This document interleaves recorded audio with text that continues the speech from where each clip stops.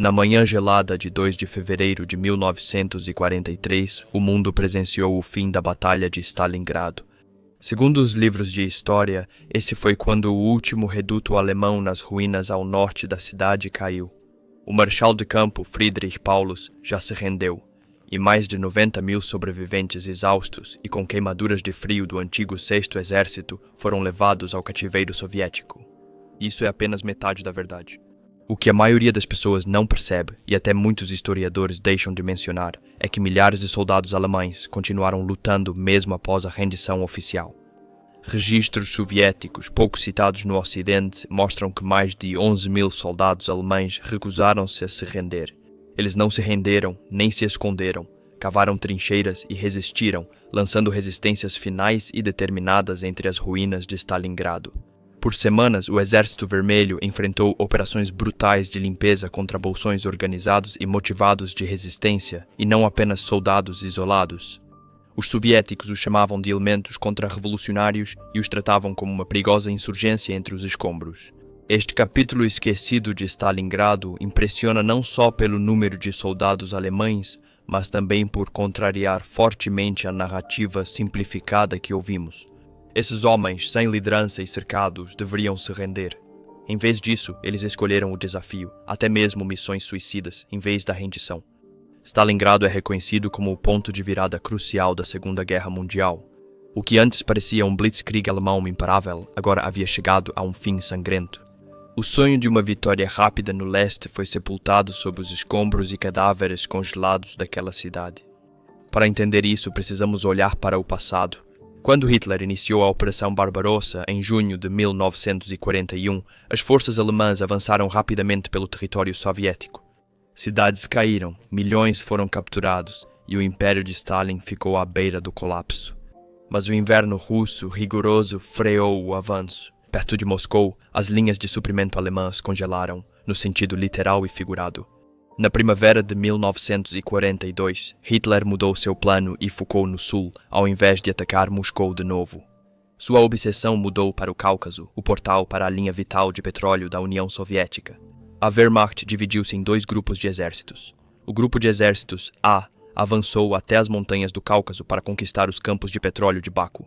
Enquanto isso, o grupo de exércitos B, que incluía o renomado 6º Exército sob o comando de Paulus, recebeu ordens para avançar em direção ao rio Volga e à cidade que levava o nome de Stalin, Stalingrado. À medida que essa nova ofensiva se desenrolava, algo estranho começou a aparecer nas ruas de Moscou. Cartazes de gratidão. Os soviéticos agora eram lembrados de que tinham aliados. Navios com suprimentos, botas dos Estados Unidos da América, remédios britânicos e comida canadense já chegavam aos portos soviéticos. Roupas quentes e itens essenciais eram enviados por nações distantes, cujo apoio deu a Stalin tempo para se reorganizar. Ainda assim, mesmo com essa ajuda crescente, o alto comando soviético sabia de uma coisa com clareza. Ainda enfrentavam o exército terrestre mais disciplinado e poderoso já visto no mundo. Esse exército estava vindo novamente, e desta vez toda a sua força estava se concentrando em um único ponto crítico, o petróleo do Cáucaso. Se a Alemanha o capturasse, o Exército Vermelho ficaria sem combustível, tanques parados e aviões no chão. Mas entre os exércitos alemães e o petróleo havia uma grande barreira. As montanhas do Cáucaso, uma das fortalezas naturais mais brutais da Terra. Antes disso, outro prêmio estratégico, simbólico e muito disputado, Stalingrado.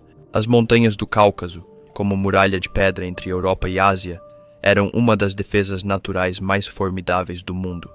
Alguns picos ultrapassavam 18 mil pés com penhascos íngremes, desfiladeiros sinuosos e trilhas geladas, tornando a passagem quase impossível. Só havia uma estrada útil atravessando o terreno acidentado, e ela era estreita e fácil de sofrer emboscadas. Além dessas montanhas, estava o verdadeiro prêmio, Baku, o coração do Império Petrolífero da União Soviética. Baku não era só uma cidade, era o combustível da máquina de guerra de Stalin. Tanques, caminhões e aviões do Exército Vermelho dependiam do que vinha dos campos de Baku. Para os alemães, capturá-la era absolutamente essencial, mas chegar lá era uma questão totalmente diferente. O único corredor militar viável passava pela estreita faixa costeira a oeste do Mar Cáspio, deixando os comboios de suprimentos expostos e vulneráveis. Stalingrado situava-se às margens do Volga, importante via de recursos para toda a Rússia. Se os alemães cortassem essa linha vital, poderiam dividir a União Soviética em duas. Capturar Stalingrado e Astrakhan separaria os exércitos soviéticos do sul dos do norte e cortaria o fluxo vital de petróleo, alimentos e suprimentos do Lend-Lease. Sendo enviados do ocidente através do Irã, Moscou em si ficaria exposta a um ataque de flanco pelo sul. Era um plano dominó. Tomar Stalingrado, então todo o resto desmorona. Mas é aqui que a estratégia de Hitler começou a se desfazer. A Luftwaffe bombardeou a cidade até destruí-la, em vez de preservá-la. No fim de agosto de 1942, bombardeiros alemães destruíram Stalingrado, reduzindo-a a ruínas. O que era para ser uma demonstração de força acabou saindo completamente pela culatra. Prédios destruídos, fábricas em ruínas e escombros dificultaram a movimentação de tanques e infantaria alemães. Um paraíso para defensores soviéticos, atiradores, sapadores e fuzileiros transformaram casas em escombros. Cada parede era fortaleza, cada porão, bunker. Em 23 de agosto de 1942, as forças de ponta alemãs chegaram aos arredores da cidade. No início, enfrentaram resistência soviética fraca, dispersa, descoordenada, porém tenaz. No entanto, o Exército Vermelho entendeu a importância da cidade e começou a inundá-la com reforços. Divisões inteiras foram enviadas às pressas através do Volga, sob constante bombardeio de artilharia e ataques aéreos. Até civis participaram da defesa, operários, estudantes e idosos. No início de setembro, os alemães haviam cercado parcialmente Stalingrado, mas nunca conseguiram fechar o cerco completamente. Os soviéticos mantinham um corredor estreito e vital pelo rio, abastecendo suas tropas sitiadas com barcaças e balsas à noite, desviando de bombas e artilharia. O que ocorreu depois não foi uma guerra tradicional, mas sim um massacre urbano. A linha de frente sumiu, enquanto os soldados lutavam corpo a corpo, de cômodo em cômodo e de trincheira em trincheira.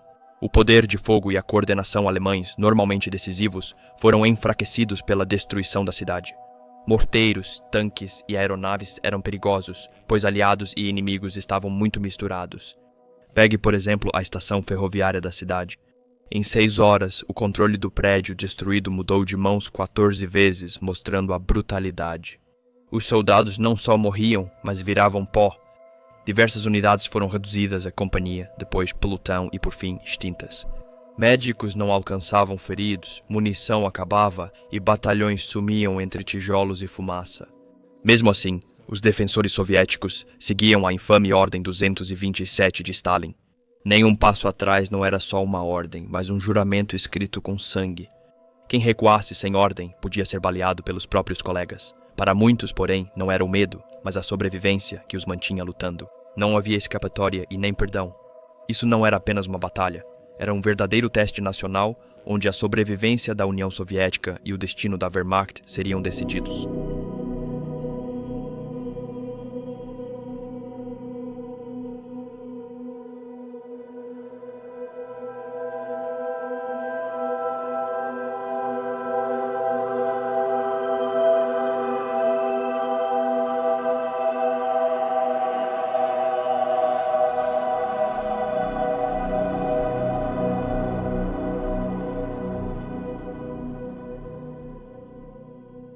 O campo de batalha em Stalingrado no final do outono desafiava a imaginação.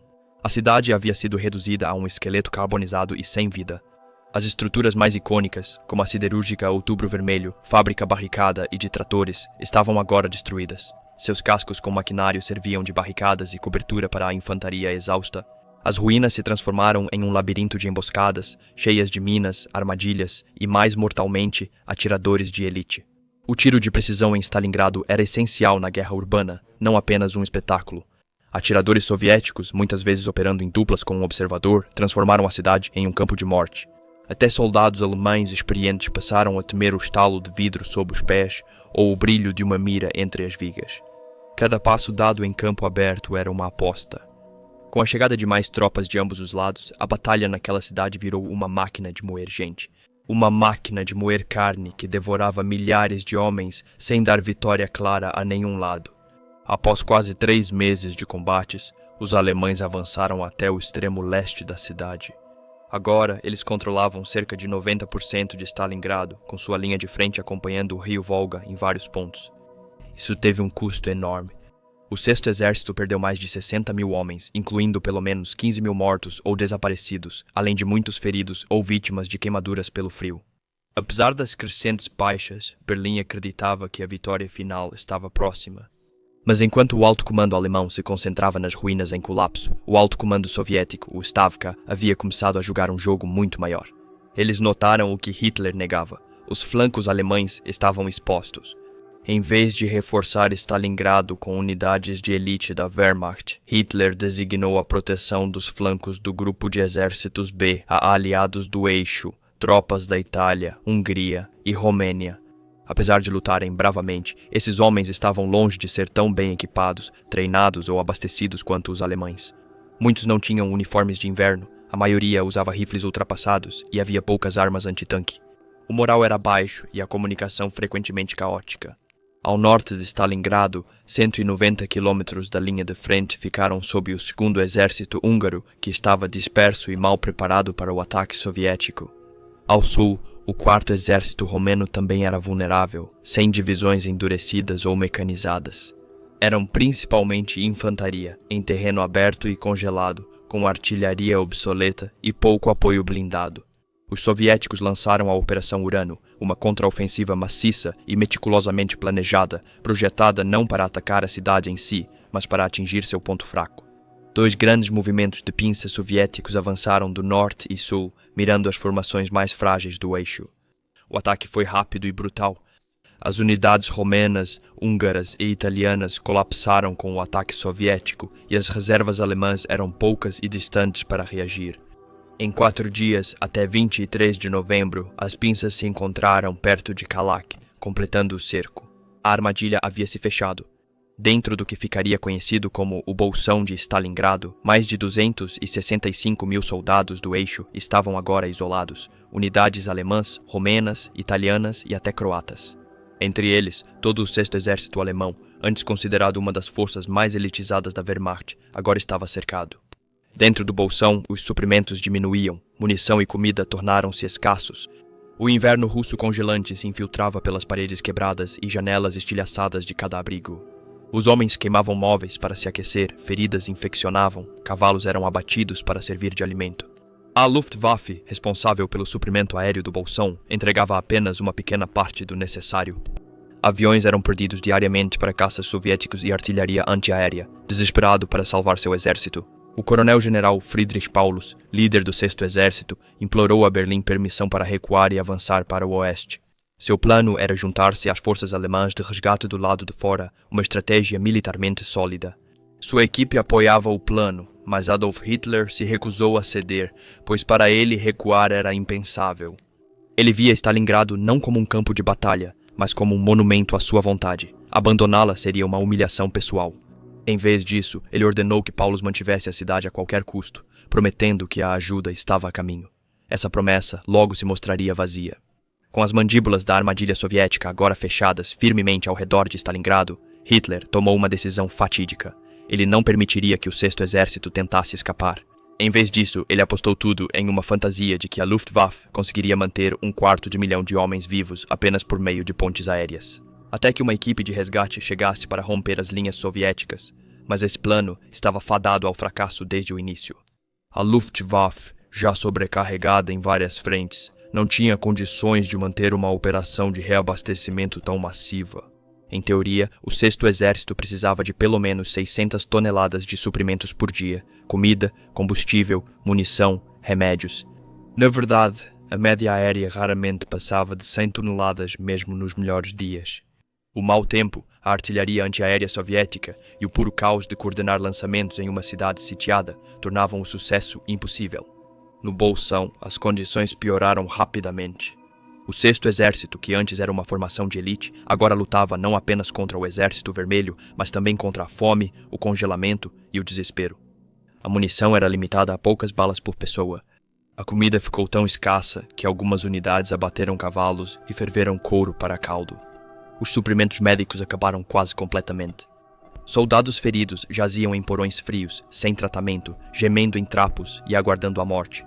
A Operação Tempestade de Inverno, lançada em dezembro sob comando de Erich von Manstein, fez algum progresso, mas não conseguiu alcançar as tropas cercadas. A distância era grande demais, a resistência soviética muito feroz, e a recusa de Hitler em permitir que Paulus tentasse romper o cerco tornou toda a operação inútil. Mesmo assim, Hitler seguia negando a realidade na guerra.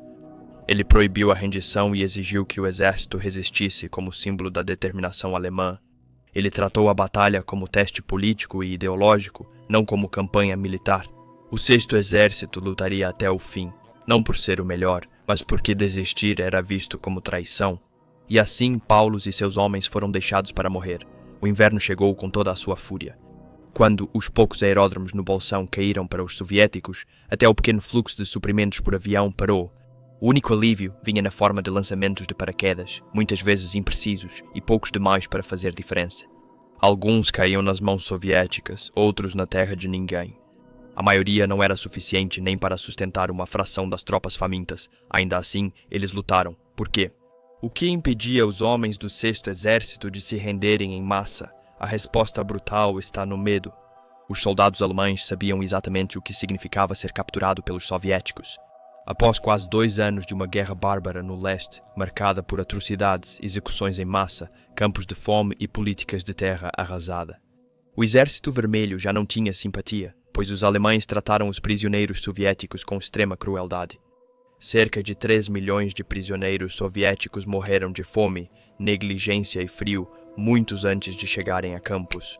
Agora, os papéis se inverteram e os alemães sabiam que a vingança vinha. O medo de morrer lentamente em um gulag soviético, trabalhando em minas congeladas e passando fome na Sibéria, mantinha muitos lutando.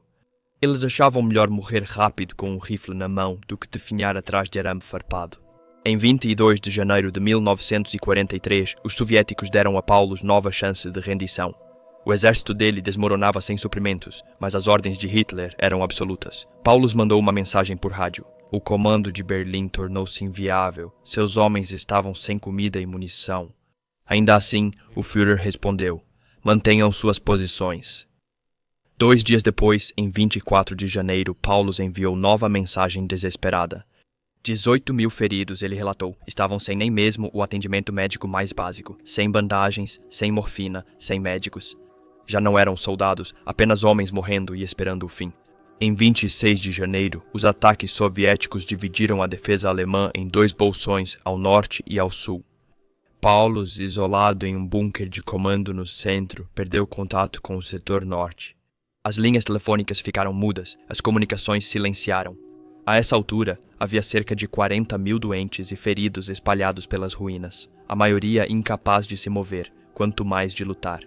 Mas para Hitler, isso já não era mais um problema militar. Era ideológico. Stalingrado havia se tornado uma luta sagrada, um aviso para todos os alemães. Não haveria retirada, nem rendição, nem piedade, vitória ou morte, nada entre esses 2 extremos. Em 30 de janeiro de 1943, a Alemanha celebrava 10 anos da ascensão de Hitler ao poder. O Führer promoveu Friedrich Paulus a Marechal de Campo, a mais alta patente do exército alemão. O simbolismo era evidente. Nenhum marechal alemão jamais se rendeu. Um sinal nada sutil. Hitler queria que Paulus lutasse até morrer ou se suicidasse. O fim chegou de forma silenciosa, não com um estrondo.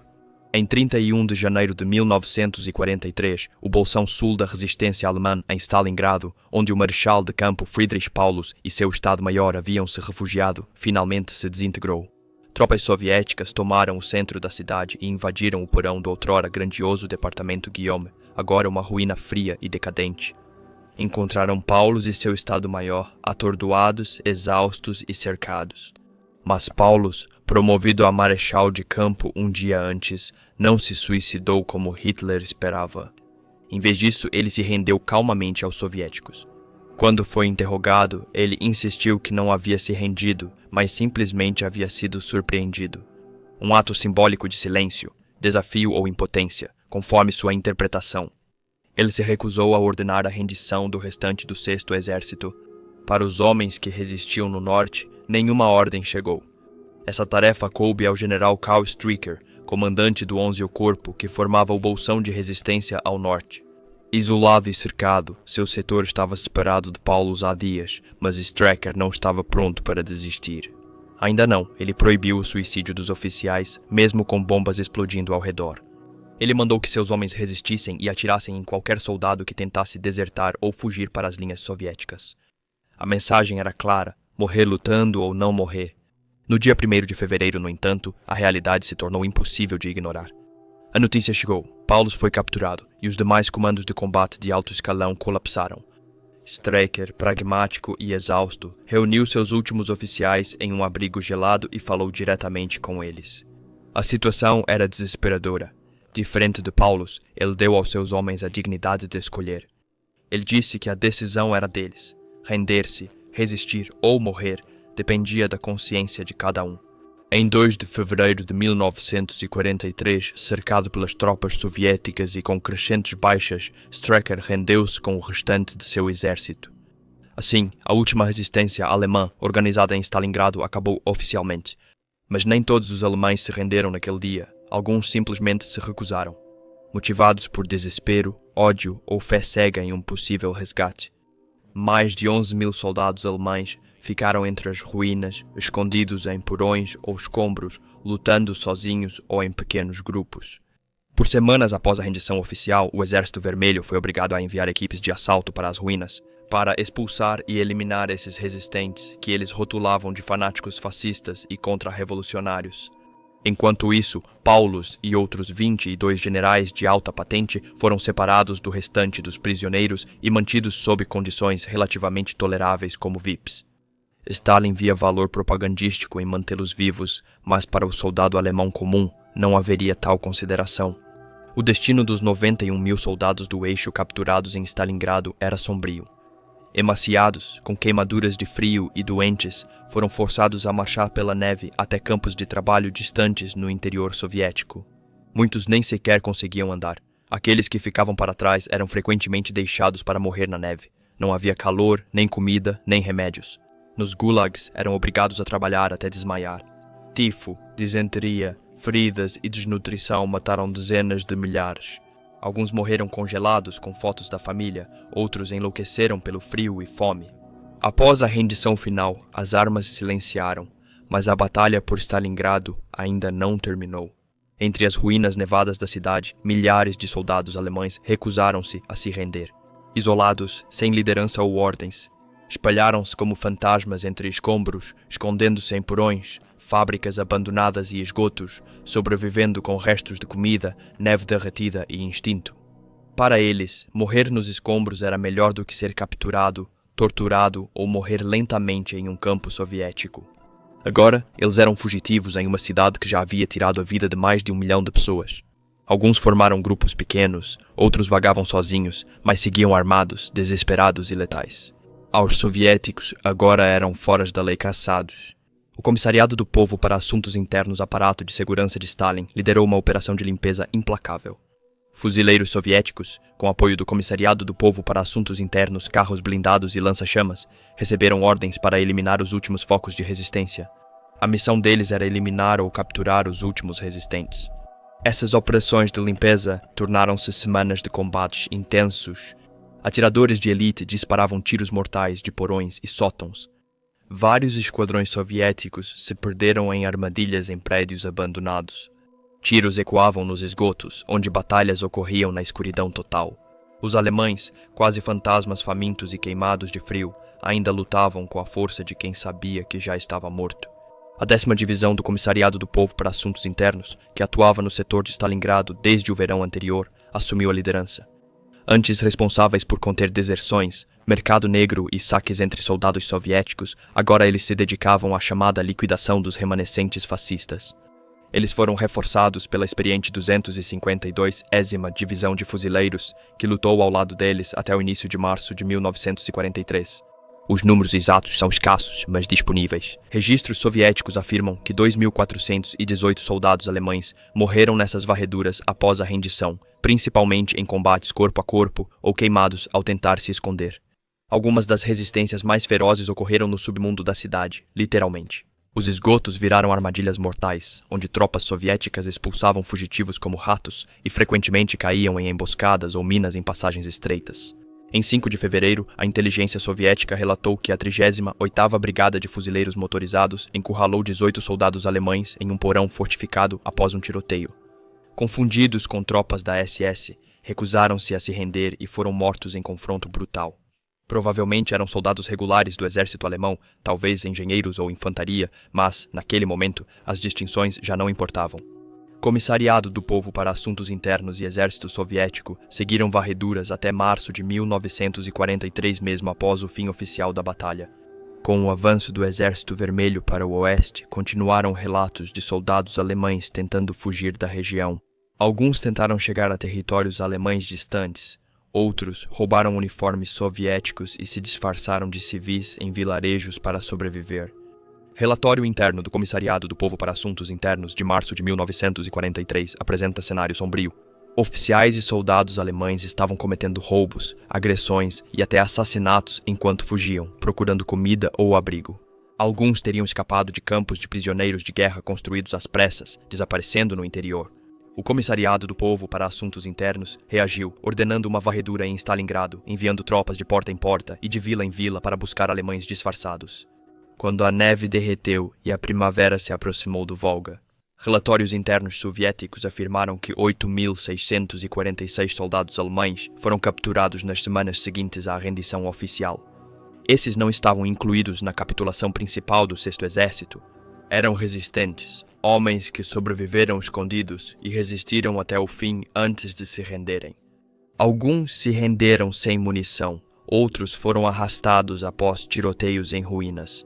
Muitos simplesmente não conseguiam mais fugir, desnutridos, com queimaduras de frio e com o espírito quebrado. Mas mesmo esse número, 8.646, provavelmente não é toda a verdade. Grande parte do que sabemos sobre essa resistência esquecida vem dos arquivos da Comissariado do Povo para Assuntos Internos, trechos de relatórios soviéticos, ainda não traduzidos e não analisados em repositórios estatais russos. Historiadores ocidentais só arranharam a superfície. As barreiras linguísticas, os obstáculos burocráticos e as sensibilidades políticas em torno dos arquivos de inteligência da era soviética fazem com que grandes partes dessa história permaneçam enterradas, tanto figurativamente quanto literalmente. Isso nos leva à questão: quantos soldados alemães ficaram para trás após 2 de fevereiro? Oficialmente, as estimativas sugerem que mais de 11.000 soldados se esconderam após a rendição. Mas quão preciso é esse número? Esse número se baseia quase só em comunicações internas do Comissariado do Povo para Assuntos Internos soviético, que ainda são incompletas. Esses relatórios focavam principalmente em mortes e capturas confirmadas. Mas e quanto àqueles que simplesmente desapareceram? Quem vestiu roupas civis em vilarejos, fingiu ser trabalhador rural russo ou fugiu para o interior e sumiu? Relatos apontavam grupos armados alemães em vilarejos próximos, cometendo roubos e assassinatos ao buscar comida e abrigo na tentativa desesperada de voltar às linhas alemãs. Alguns conseguiram, outros provavelmente foram mortos por moradores, patrulhas do Exército Vermelho ou pelo próprio inverno. Em março de 1943, a Comissariado do Povo para Assuntos Internos notou que alguns alemães roubavam uniformes do Exército Vermelho ou se disfarçavam de civis, dificultando as varreduras. A linha entre soldado, bandido e sobrevivente se apagou. É altamente plausível, talvez até provável, que o número real de combatentes alemães após a rendição fosse muito maior do que 11.000, principalmente ao pensar quantos podem ter morrido em porões. Nunca foram procurados, nem escaparam para as estepes do sul da Rússia. Mesmo numerosos, esses homens ficam fora da grande narrativa. Os livros de história encerram o capítulo de Stalingrado em 2 de fevereiro de 1943, um final limpo. Mas o verdadeiro fim veio semanas depois. Por tiroteios, vielas, homens caçados em silêncio e lutas finais desesperadas sem testemunhas. Esses soldados não aparecem nos registros oficiais, suas mortes e sofrimentos não foram documentados. Eles não têm monumentos, túmulos ou nomes em pedra. Suas histórias sumiram nas ruínas onde morreram, soterradas por pontos de virada, vitórias estratégicas e mitos nacionais. Mesmo assim, eles estavam lá. Milhares de finais ocorreram isolados na neve e no silêncio. Há algo sobre o qual passei a refletir ao longo dos anos, depois de ler centenas, se não milhares de relatos sobre Stalingrado. Relatos de generais, oficiais, soldados, equipes de artilharia, tripulações de tanques e pilotos, cada um mostrando parte do inferno que enfrentaram. O que mais se destaca, principalmente nos últimos dias caóticos, é um tema recorrente: fuga repetida. Soldados alemães relataram sobre camaradas e até sobre si mesmos, tentando ou pensando em fugir do cerco soviético cada vez mais fechado. Isso frequentemente era sussurrado atrás das paredes ou à noite. Homens discutindo planos desesperados, trocando-se por roupas civis, vestindo um sobretudo soviético capturado, roubando um chapéu de pele de um soldado do Exército Vermelho morto, fazendo a barba, queimando documentos e seguindo a pé para o oeste, tentando percorrer centenas de quilômetros por um terreno hostil e congelado, na esperança de alguma forma, alcançar as linhas alemãs. Raramente havia organização. Naquele momento, não existia plano de fuga, só instinto de sobrevivência. Alguns tentavam se infiltrar entre refugiados, andar pelos trilhos ou seguir rios. Outros esperavam anoitecer para passar despercebidos pelas patrulhas. Alguns preferiam se render em áreas rurais, acreditando que seriam tratados com menos rigor do que nas ruínas da cidade. Tantos relatos sobre tentativas de fuga sussurradas me fazem pensar quantos tentaram de fato. Quantos simplesmente desapareceram na neve e nunca mais voltaram. Não como baixas de batalha, mas como almas perdidas entre captura e sobrevivência. Afirmam que cerca de 90 mil soldados do eixo se renderam em Stalingrado, diante da força original de cerca de 30 mil alemães, romenos, italianos e outros no Bolsão. Esse número parece pequeno. Mesmo somando as dezenas de milhares de mortos em combate, ainda há uma lacuna. Para onde foi o restante? Muitos morreram por ferimentos, frio, fome ou doenças sem serem oficialmente registrados. Mas será que milhares a mais passaram despercebidos? Mortos durante a fuga, soterrados pela neve ou capturados em varreduras rurais fora da contagem oficial? Será que alguns voltaram? Disfarçados e irreconhecíveis em outras unidades, suas histórias eram perigosas demais para serem contadas. É provável que nunca saibamos a verdade. A névoa de Stalingrado esconde não só corpos, mas também verdades, motivos e caminhos escolhidos na escuridão. Os números finais em que confiamos, 90 mil rendidos, 147 mil mortos, oferecem estrutura ao caos, mas também podem nos dar uma falsa sensação de completude. Gostamos de números redondos, finais limpos, mas a guerra, especialmente na frente oriental, raramente foi tão ordenada. E me questiono quantas histórias não chegaram em casa, não por esquecimento, mas por nunca terem sido conhecidas. No filme alemão Stalingrado, 1993, uma cena marcante mostra soldados alemães, desiludidos pelo horror vivido, discutindo seriamente fugir da cidade, não como parte de uma missão, nem mesmo mais como soldados, mas como homens simplesmente tentando sobreviver. Eles conversam em voz baixa, abatidos pelo frio e desespero, trocando rumores sobre rotas para o oeste, disfarces e roupas civis. É um momento que parece profundamente humano e irreal demais. Essa cena sempre ficou comigo, não porque seja dramática, mas porque reflete o que tantos soldados de verdade provavelmente viveram. O filme não mostra heroísmo ou glória, mostra homens exaustos e famintos contemplando o impossível.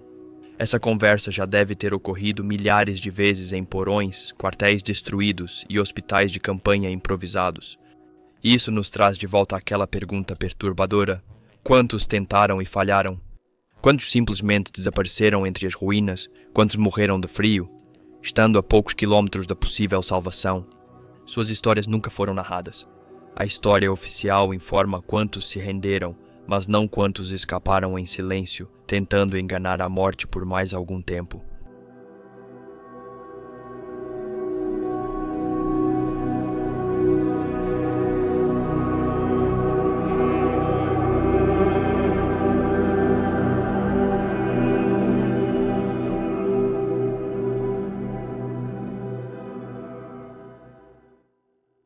Desde o início da operação de Stalingrado, ficou claro para mim, e não só para mim, mas para quase todos os oficiais, que nosso alto comando estava correndo um grande risco. Ao avançar com uma cunha tão enorme, os russos obviamente tentariam cortar essa cunha, cercar nossas forças na ponta e avançar por trás de nós. Achávamos que nossos comandantes sabiam o que faziam, tinham reservas suficientes e protegeriam nossos flancos. Ainda não entendo por que não trouxeram mais homens para os flancos, já que tínhamos muitas reservas. Isso me confunde. Quando seu exército quebrou nossas defesas no fim de novembro de 1942, as pessoas entraram em pânico. Mas não sabíamos exatamente quem estava espalhando esse pânico. Não só os soldados, mas muitos oficiais, incluindo comandantes de grandes unidades, também perdiam a cabeça. No Natal, entendemos o completo desespero da nossa situação. Não havia nenhuma ajuda e não haveria. Cada um de nós percebeu isso, mas tínhamos medo de admitir. Sabíamos que estávamos condenados, mas mesmo assim, poucos pensaram em se render. Nossa missão era conter o maior número possível de tropas russas, tropas que de outra forma seriam enviadas para o Cáucaso e Rostov. Dissemos isso aos homens. Eles sabiam o que aconteceria. E, como você sabe, foi um pequeno número de homens inúteis que depuseram as armas e se renderam sem receber ordem para isso. O corpo principal dos soldados tinha sido completamente imbuído de um senso de dever, e eles estavam preparados para dar suas vidas. Esses eram os homens que mantinham tudo unido. Não ligávamos para os pequenos grupos, pois não eram ameaça para nós. Você diz que todo soldado ainda é um homem. Ele valoriza muito a vida e deseja voltar à terra natal, família, esposa e filhos. Isso é verdade, mas ainda assim a pátria vem primeiro. Todos somos capazes de nos sacrificar pela pátria, algo incutido em nossos soldados. Quando eles estavam cercados, todos sabiam que ainda tinham que cumprir seu dever e cumpriram. Durante os 2 meses de cerco, não houve nenhuma ordem sobre disciplina ou aumento da vigilância dos soldados regulares. Só me lembro de 27 ou 28 de janeiro de 1943. Não me lembro da data exata em que o general Stryker emitiu uma ordem dizendo abrir fogo imediatamente contra qualquer um que se afasta de sua unidade e vá em direção ao inimigo. 2. Qualquer um que pegar suprimentos para si mesmo dos lançamentos aéreos será julgado por corte marcial. 3. Quem for insubordinado ou recusar ordens será julgado por corte marcial. Então por que nos rendemos? Em primeiro lugar, a força principal que estava com o Marechal de Campo Paulos se rendeu em 30 de janeiro de 1943, então continuar resistindo era sem sentido. Nosso grupo não atraiu forças russas suficientes para justificar o sacrifício. Fizemos nosso trabalho pelo tempo que pudemos. Se tivéssemos segurado seus exércitos por mais 2 ou 3 semanas, não teríamos largado as armas e continuaríamos lutando. Em segundo lugar, tantos feridos prejudicaram nossa capacidade de lutar, pois estavam amontoados em quase todos os prédios. Todos teriam morrido pelo fogo de artilharia se resistíssemos mais tempo. Então, por que nos rendemos? A força principal sob o Marechal de Campo Paulos se rendeu em 30 de janeiro de 1943. Então, continuar resistindo era insensato. Nosso grupo não atraiu forças russas suficientes para justificar o sacrifício. Fizemos nosso trabalho enquanto foi possível.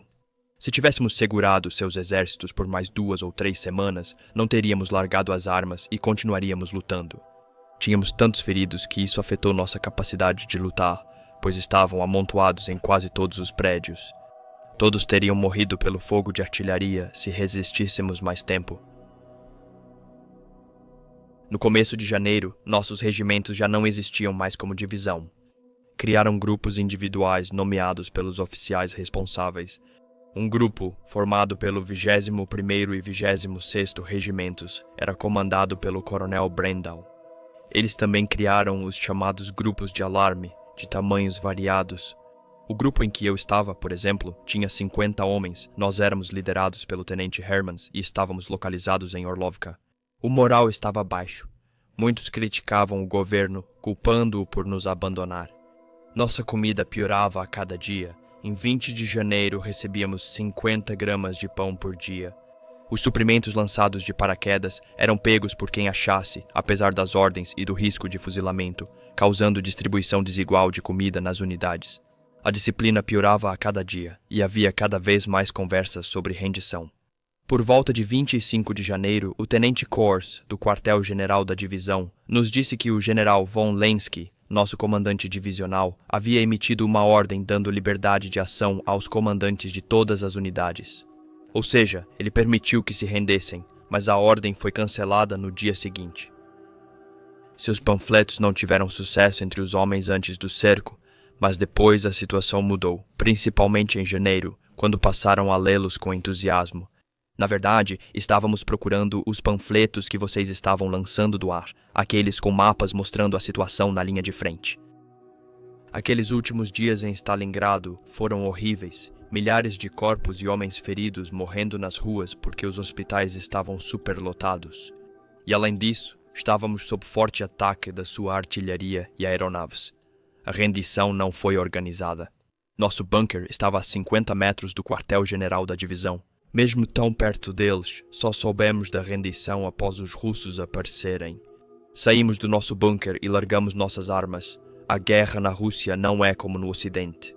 Durante a campanha francesa, em 1940, nosso esquadrão estava sempre na linha de frente, e só 2 dos nossos rapazes morreram. As forças alemãs cercadas em Stalingrado se renderam porque a linha de frente se fechava, tornando impossível manobrar. Uma força enorme foi reunida nessa área pequena, sem campo de pouso. Isso causou grandes perdas pela artilharia e aviões.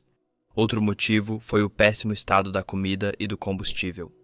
Nos últimos dias, os homens recebiam 100 gramas de pão, um pouco de carne de cavalo, 40 gramas de banha-caldo diário, 2 litros e 4 cigarros.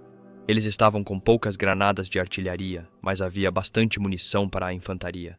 Os tanques foram transformados em casamatas. Por causa disso, todo o regimento estava operando como uma unidade de infantaria. Os oficiais da 24ª Divisão Panzer entendiam que as unidades cercadas estavam em uma situação extremamente complicada e difícil, mas não consideravam isso sem esperança. A ordem de rendição veio através do comando divisionário. A ordem foi dada verbalmente, enviados foram despachados e a 24ª Divisão depôs as armas. A ordem de rendição surpreendeu a todos. Até o último momento, a maioria dos oficiais ainda tinha esperança de receber ajuda de fora. Os homens nunca questionaram suas ordens, tanto durante o cerco quanto quando lhes foi dito para se renderem. É assim que o soldado alemão é treinado, só faz alguma coisa quando recebe uma ordem. A comunicação com o exterior continuou até as tropas russas tomarem o campo de aviação em Potomnik. Após isso, o serviço postal acabou. No exército alemão, muitos soldados e oficiais acreditavam que ser capturado pelos russos resultava em maus tratos, tortura e morte. Os soldados e oficiais tinham todos lido os panfletos russos, onde dizia que os prisioneiros eram bem tratados. Havia alguns com fotografias que mostravam a vida dos prisioneiros na Rússia, mas ninguém acreditava nisso. Eles achavam que era só propaganda. Durante o avanço, muitos viram corpos de homens baleados na cabeça e semelhantes. Isso nos convenceu que os russos atiravam nos prisioneiros. Todos os oficiais do 24º Regimento Panzer têm grande respeito pela artilharia russa. São precisos e não poupam munição.